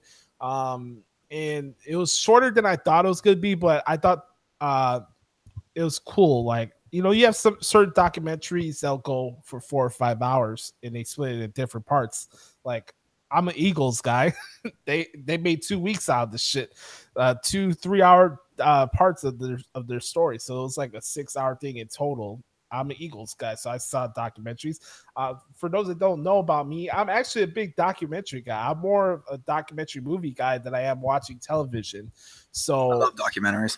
So seeing Andre was very good. I another documentary I thought was fine on the network was the Bruno special. They aired at the Raw. I got to watch that on my way home from work. I thought that was good. Bruno has a very interesting story as well for him coming out of slavery and the wars out there in Italy in like the early 50s. Nazi camps and stuff, yeah. Yeah, it's some crazy stuff. So check out the Andre documentary if you haven't had a chance. Make sure to go check it out. Also, on the entertainment tip, I am an Empire fan. I do like the music. You check out the show on Fox, obviously. I always been a big Terrence Howard fan, even before Hustle and Flow. Like I saw him in The Best Man. That's the first movie I saw Terrence Howard in. And I love R&B culture and the hip hop culture they have on Empire. It's very cool. They shoot a lot of their scenes in Chicago, actually. So it's cool to see some of the neighborhoods they drive by, and I noticed those neighborhoods and stuff. So I enjoy Empire. Go check that out if you like music and see some funny shit. Taraji P. Henson's a trip. I'll just say that she is a trip. And by the way, no, dude, I do not watch Roseanne, or I'm not gonna watch revamps of Pulp Friction or Miami Vice. I'm sorry, I'm just not gonna do that. But that's my contributions for this side. I have a sports topic that we're gonna bring up towards the end of this thing, but that's for my end for the entertainment culture side. Also, I have a personal story for music I'm gonna share later as well. But Adam, you got anything? Oh, music wise. Yeah, well, you know what? Okay, so a couple things. One, the Venom trailer. I thought, because I saw you saw it. I watched it today. Sam's gonna kill me because I watched it without her, but I've been trying to get her to watch the past couple days. So I saw that. I know some people have been criticizing it, and I don't know why. I mean, they're still not showing us the whole movie, and the Venom character is a little more complex than what. Yeah, this is. It's going to be fine. Like, this is where I hate the criticisms early. People forget that the Venom character is somewhat awkward. He's not supposed to be like, anyway. Listen, I didn't know this, but last week I talked about the new Perfect Circle album, Eat the Elephant. I did not know that the title track and the name of the album, Eat the Elephant, was originally a Linkin Park song. That Billy Howerdale from A Perfect Circle and Chester were actually really good friends. They collaborated on a song. It was supposed to be on the One More Light album. It got cut in the final drafts. And then after Chester's passing, Billy Howerdale decided that he wanted to complete the project. Otherwise, he was just going to totally scrap it. Oh. So not only did it become the first track on the album, but the title track of the album as well. So I thought that was a nice little interesting tidbit of musical stuff there. Over the past week too, Eminem celebrated 10 years of sobriety, which is something else that's out there. I don't really care what people think about Eminem. Listen, to anybody that's celebrating any anniversary of sobriety should be celebrated, recognized, and applauded. And if you know anything about that man and his trials and tribulations, 10 years of sobriety for him is an enormously big deal. So, congrats to him. And it's funny that we live in a world that people get ridiculed for being sober. Right. Yeah. And listen, I battled addiction and alcoholism, and I had my years of partying and just being a complete knucklehead, and where, I have to remove myself from situations so that I don't, I always said, like, I never had an alcohol problem. The problem was I just couldn't, I never knew when to stop drinking. Right. So there was no problem drinking. That was the problem. So it is hard from somebody that like I maybe drink like once or twice a year, but that doesn't mean that there isn't a temptation that constantly there. Yes, sir. Can Mom Spaghetti be a future theme song for a pay-per-view? Mom Spaghetti. Yeah. Since they're selling it at Coachella, I guess it's commercial enough now that they have. But yeah, so that's I thought 10 years, that's still amazing because anybody, like I said, that's a big deal. Funny story about WWE shop, then I'm going to kick it over to my main topic. But so Sam and I jumped on because my daughter as soon as she saw the Balor Club shirt, well, just the design of the shirt before it was a shirt, she like fell in love with the design, and I had to break her heart and tell her that it wasn't even a shirt, it was just a thing. So we went online yesterday just as a family thing. All three of us were going to get the shirt, and Sam and I decided to get shirts because they were having a little sale. So there's going to be a little a house divided. She gets Riot Squad. I get Absolution. So now there's a house divided when it comes to women's factions in this house. So there's some wars, but that's where we're at right there. So I'm Team Absolution. I guess she's going with the Riot Squad. Then we're going to go from there. But my big complaint was my biggest thing was I wanted to get a female shirt next. Like I wanted to get somebody from the women's division. I'll admit though, there should be a Corey, and that's what I said earlier. If there was a Corey Graves shirt on WWE shop, I would have bought it instantly yesterday. There should be. Get that man some merch. Put some money in his pocket. The dude's working overtime and then some. I'm glad that they put up the More of Lawn shirt because that's great and helps Matt out. So I think that's awesome. But you get a great shirt in it, even better. Mm-hmm. The Mower Lawn shirt was my number 2. I was torn between the Absolution shirt and the Mower of Lawn. I know this sounds really bad, and I hate to say this, but I know the Mower of Lawn shirt will probably go on sale one day, so I'll get it that way. But I kind of like, there was one that's based off of that someone made. I think it's on Ripped Apparel. That's the Killing Woke shirt. I actually like that a little bit better too, so I might try to buy that one instead, where it's Matt Hardy is the Joker, and it says delete behind him instead of all the ha-ha-has. Nice. You gotta send me a picture of that. I got to see what that looks like. Yeah, I'll send that to you. But last topic though, yesterday, I'm sorry, dude. Yeah. Yesterday, so April 25th was speaking of Joker. That was the 78th anniversary or birthday, quote unquote, of the Joker character. So originally, here's the deal, guys. Originally, Joker, who I would argue is probably, and I am absolutely probably going to get punched by my wife in roughly 5 seconds, but I would say Joker is the most iconic villain in movie, comic, whatever, cinema, however you want to say it. And I think and I'm going to give you a couple reasons why going forward. But number one, the character debuted April 25th, 1940. It was supposed to be a one-off. It was a character who was based off of the main character from a movie called The Man Who Laughs. That's where they got the look from. The character, for whatever reason, they kept around, and he became one of the most notorious and beloved villains, in history. Even after in like the 1950s, they had to totally scrap the Joker character altogether and kind of repackage him. Like I don't know, where do they do that? Wrestling? Sometimes people get repackaged. How about that? Right. But because of the comic book code of conduct during the wars, they were trying to tone down some comic books. DC was always much darker than Marvel anyway. And some of the other like I guess sources that were out there at the time.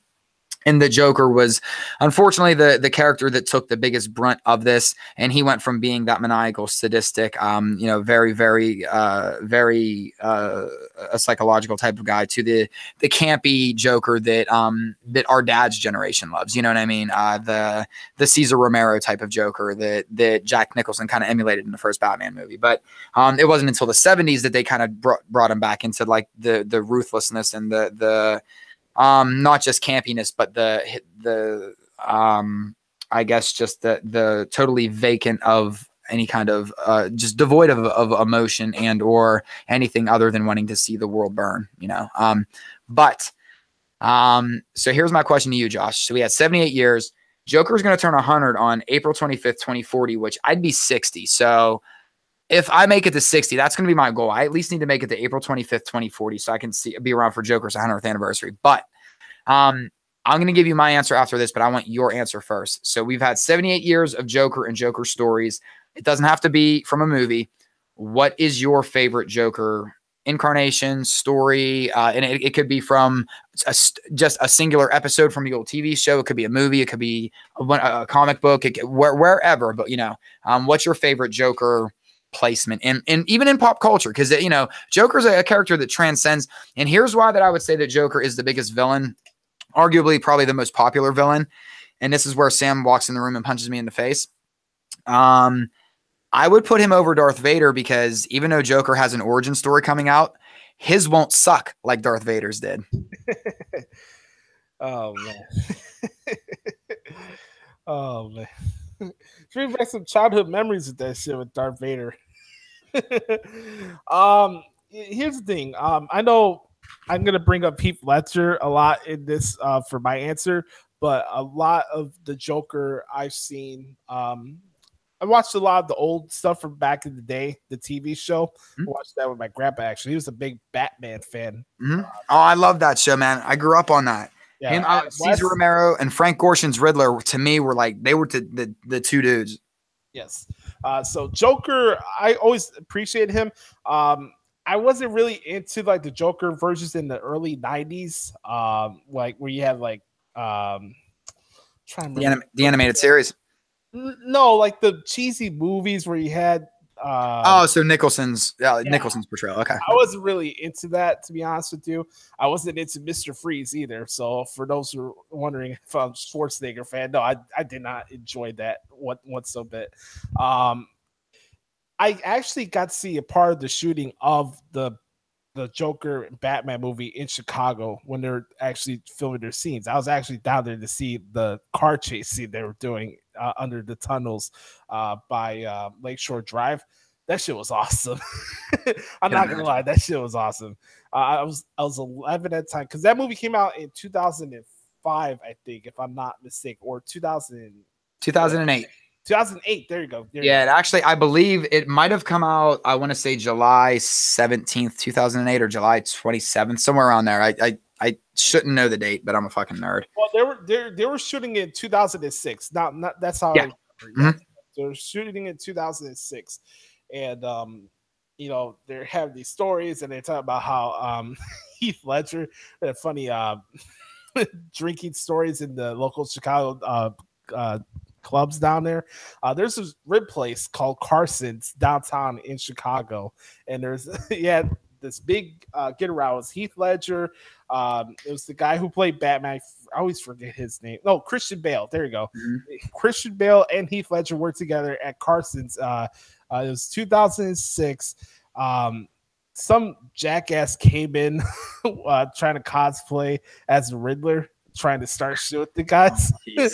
So this is my Joker story, and I was there at the restaurant because there was a big get together. I didn't know Heath Ledger and Christian Bale were going to be there, so it's cool. You get to see celebrities there in person. I didn't get to meet them because obviously they had a big entourage there and stuff. So that's my story. Heath Ledger and Christian Bale at Rid Place in Chicago, a guy cosplaying as a Riddler trying to jump off of tables to try to go after them. Yeah, so, don't do that, guys. Gives cosplayers a bad name.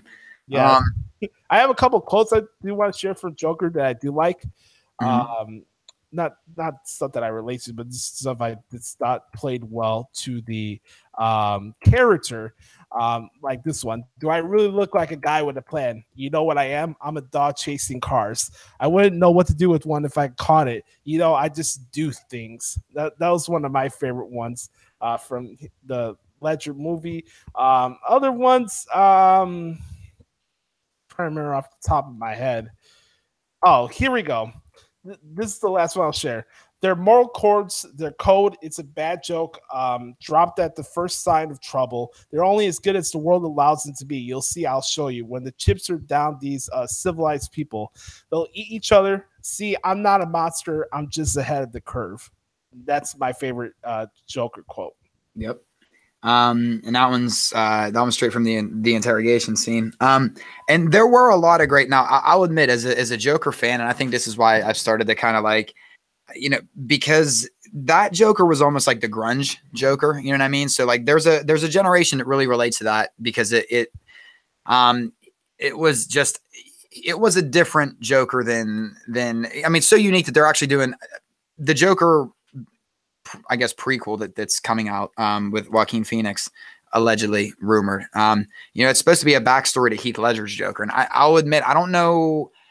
At first, I was battling if I liked that idea or not, just because I don't, I'm big on, I'll toss some quotes at you. I'm big on, like from The Killing Joke when he says, if I'm forced to have a past, I prefer it to be multiple choice. So I don't like there being a distinct, okay, this is what happened with Joker. I actually, and this is going to sound like not necessarily an in the moment fanboy thing, but I actually, just from a personal thing, I like Cameron Monaghan's Jerome Joker that is coming to be the best. And I mean, and I'll admit a lot of it is because of a like the personal relation.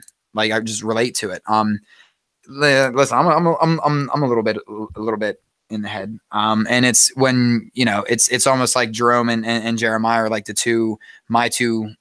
my bipolarism battling each other, coming together to form one insane fucking person. And that's the story. And a lot of that character's backstory is very relatable for me. If you've been following Gotham, but I actually, even though it's tattooed on my body, I in a way resent the Ledger Joker a little bit, because people are so fixated on that Joker now. They feel that is what the Joker is. And that by far is not, and I feel this. I felt the same way about the Nicholson Joker for a long time too, because the over campiness of that era, like those 20 years when Joker was like, the old 66 show and stuff, like in the movie and stuff like that.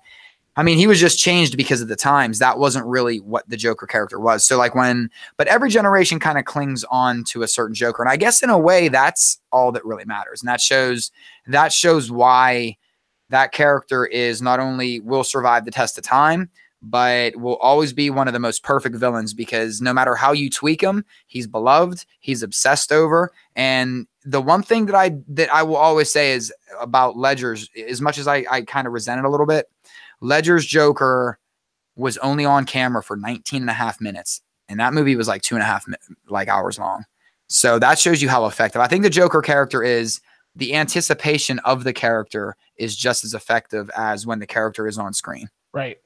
So, but yeah, when it comes to like my favorite Joker stories, I can go into different comic stories. I could go into, I mean, The Killing Joke to me is still, I think, the Joker story for me. Unless you want to get into like Mad Love and some of the stories with him and Harley and stuff like that. But, and that's a Joker that some people don't like either. And I don't understand why, so, but I want to mention this really quick for Joker. Mm-hmm. I was one of the few that didn't mind what Jared Leto did with his take on it on Suicide Squad. Like, it was awesome. I want to see what he does with the second one.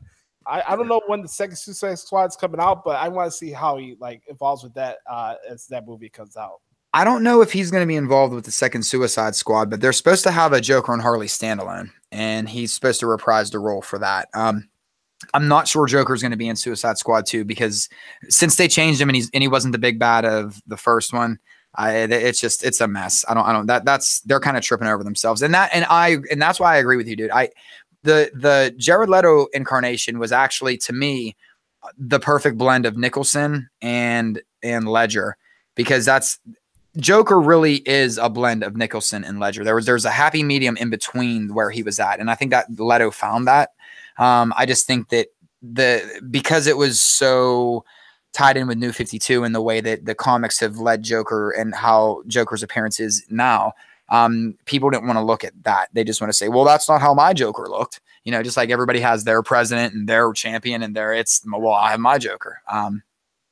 I don't know. I mean, but again, I think that's what this shows, because I guarantee you, if you had to keep tweaking Darth Vader, what happened when we tweaked Darth Vader, made him a little relatable, cute little kid? What happened? He was an annoying, bratty teenager, and now we all hate him. Yeah.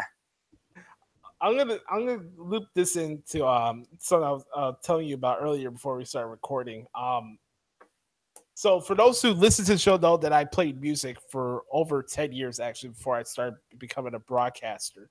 I got to perform around the city. I got to do festivals in New York. I did one in Pittsburgh. I remember playing there before. And I did two of them in Boston, actually. So I did like a little tour of the East Coast during my time in high school, playing in jazz festivals. So this is 2010. This is our first trip out to Boston. It's for the Berkeley High School National Jazz Festival. So you have 200 bands, and the best bands in the country go to Boston, and they play at the convention center in Boston. So I arrived there on a Friday. I get there. I have my guitar case with me. I got a freaking luggage bag I gotta bring down to because we had our high school there, so we had a bus and chaperones and all the shit. We're getting past the airport, and I had this lady with a walker on. Had to be in like her 70s or whatever. She bumped into me. It's like, sorry, man. Like me being the polite one, even though she bumped into me, I was like, sorry, man. Excuse me, whatever. And she's being like, polite. Yeah. What happened? I said, no, being polite, as you should be. Yeah. Yeah, Because people forget that's even if somebody bumps into you, you still say, "Oh, I'm sorry." Like that's people forget that's you can still be polite even when you're not in the wrong. Right. It's like, watch where you're going, Spick. Oh no. Oh. Yeah. Oh yeah. So that was my introduction to Boston. I almost had to go to the hospital because I got frozen yogurt the next night, and the frozen yogurt tastes like glue, and I started choking. So that's another story I didn't tell anybody. I had frozen yogurt. Don't get it. It's a lot of money, and it tastes like fucking glue. So if you're like one of those weird kids that eat glue and stuff, like maybe that's for you, but not there's always one. Yeah. And then the third one I had, like, going around Boston, it's like a walking museum. There's really not much to it, to be honest with you. It's like, yeah, you have the fish market and you got the arena, but the rest of the city is just a walking museum. It's cool getting to walk around Berkeley, and yeah, that's the top music school in the country, but I couldn't see myself living out there. Like, if only reason I would live out there is if I was attending the school. That's it. You wouldn't catch me dead in Boston for a vacation. You wouldn't see me there for whatever. Like, I had two exceptions. I told myself, I'm either going to Boston to attend Berkeley, or I'm going to Boston if I had to go there and if I was working for the WWE. That's it. I could care less for Boston. I could care less for the people in Boston. Their fucking prices for their food sucks ass. Their food sucks ass. Their people suck ass. I can't stand Boston. So I wanted to share that, guys, for you guys. Just don't go to Boston. That's my advice for you guys. And then lastly, talk a little bit about the NFL draft coming out tonight on Fox or the NFL Network, wherever network you want to check out. They got 3 networks. I mean, I'll say this.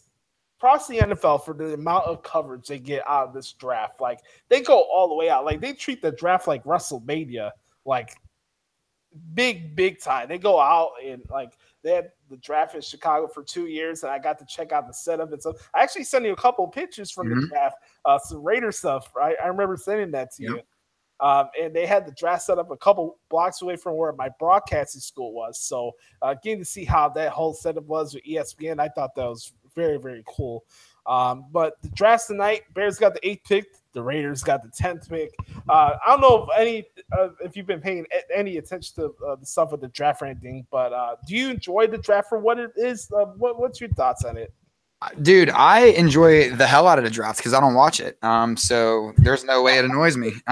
You know what, man? Here's the deal. I don't, and I know that sounds very cynical, and I don't mean that to be cynical, guys. It's just I don't watch college football. This is where it'll sound, I guess, prickish. Once I was of the age where I wasn't in college anymore, I just felt like I don't want to say I felt like I outgrew college football, but I just outgrew college football. I just didn't want to watch it anymore. And it's if I want to watch something, I want to watch professionals do it. That's the crux of it. But because I'm so out of like the loop, I just honestly, when draft time comes, I don't even care. And it's funny, like during the season and stuff like that, my dad will always be like, "Hey man, like where'd this dude go to school? Where do you go to college?" I don't know. But then on the flip side, like my dad thinks that everyone in the world went to Pitt for some reason. Like Tyrod Taylor for like 2 years, he tried convincing me, and I'm like showing him on my phone, like, no, like he just like Tyrod Taylor did not go to Pitt. But like to him, everybody wants Pitt. But it's, I don't know, man. I mean, I know what positions that we're a little weak in as far as the Raiders go. I know what positions I hope that they're targeting. You know, I hope they're going, hopefully they need to work on their secondary. So a nice corner would be, I know I just saw we signed a cornerback, but yeah, we need a nice shutdown corner. Somebody on the defensive line would be nice too. I don't know. I just right now our secondary and our run support need a lot of help. So I just hope they address that. I've become a big advocate for the draft because, like, for me, I always been a big sports guy outside of wrestling because I always been a big sports guy. I played football during high school and little league football as well in the parks. That was always fun, playing football and stuff. And you know, my enjoyment out of the draft is actually making fun of the experts who think they got it like nailed down to a science of what these draft orders and the positions these guys are going to go in. I just get a kick out of it when they get it wrong, actually. So that's the enjoyment I get out of the draft. When I used to watch it, these experts fluster about who's getting selected where, and then those talents succeed on those teams. I love watching Mel Kiper's hair not get messed up at all because, like, when my man's wrong, he goes crazy. Like, you would think that somebody told him is like, I don't know, like, it's like somebody kicked in his door and said, "Hey, your wife's in the next room with some other dude." It's like he's always real angry when he's wrong for no reason. It's like, dude, it's a draft. You're not going to get it right. But that man's hair hasn't moved in a good 30 years. Who in wrestling's like that? Like, their hair never changes throughout the years. Oh man, I don't know. I just know Mel Kiper's face annoys me. That's why I've always noticed his hair because it's a very hateable face, I think, with Mel Kiper. Yes. Also, another thing that's pretty hateable in the proper setup for this podcast: people who believe that the world is flat. Oh God. Yeah, you could relate flat earthers to people who write dirt sheet articles. And with that note, listen, being a free thinker is one thing. I do believe that we all in some ways are a slave in our own mind. We've been, in a way, like, there's a lot of, like, people are laughing about it, but there's some, in a way, we're told a certain way, and, like, you know, so, like, for the longest times there's been social norms, and what social norms are is just basically programming in a way. Right. But let's not get it twisted, and let's not, like, take Timothy Leary's, like, question, you know, think for yourself, question authority, and turn it into the earth is fucking flat. Come on, there's still common sense involved. Hopefully. Oh my God.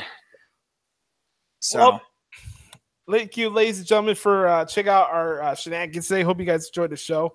Hopefully my stories for Boston didn't offend you. Just try to keep it 100. No, I don't care. Be offended. You get offended by anything these days. Who gives a shit at this point? You know, ladies and gentlemen, you can follow me on Twitter and Instagram at Notorious Shashi. Same thing for Adam on Twitter at AdamDaily13, the Clown Prince of Podcasting. Make sure to bookmark Pro Wrestling Transcriptions. If you like the podcast, like this video on the YouTube channel, subscribe. That's all I ask. I don't charge you to listen to this podcast. No podcast is worth paying money for, or website, especially wrestling related. No, I don't need your money. I'll earn my money in different ways. But I appreciate you guys' support throughout this process, and we're having fun recording the podcast. You know, we're just doing something a little different. Hope you guys enjoying the show to entertain you during your Thursdays, and enjoy the Greatest Royal Rumble tomorrow. And Punkster has a proper send-off for us today. I'll say real quick, since the hourglass is ticking down, I'm going to get the let out and go by and down the river with the doomed, the disillusioned, and talk with the contrarian, and eat the elephant, not the delicious feathers. So long, and thanks for all the fish. If one person gets what I did right there, you better follow me on Twitter. Thank you guys. Check out the podcast on Apple Podcasts and Stitcher. We'll talk to you guys next week. This has been episode 103 of the Josh Lopez Wrestling Podcast. We're out. Peace, motherfuckers.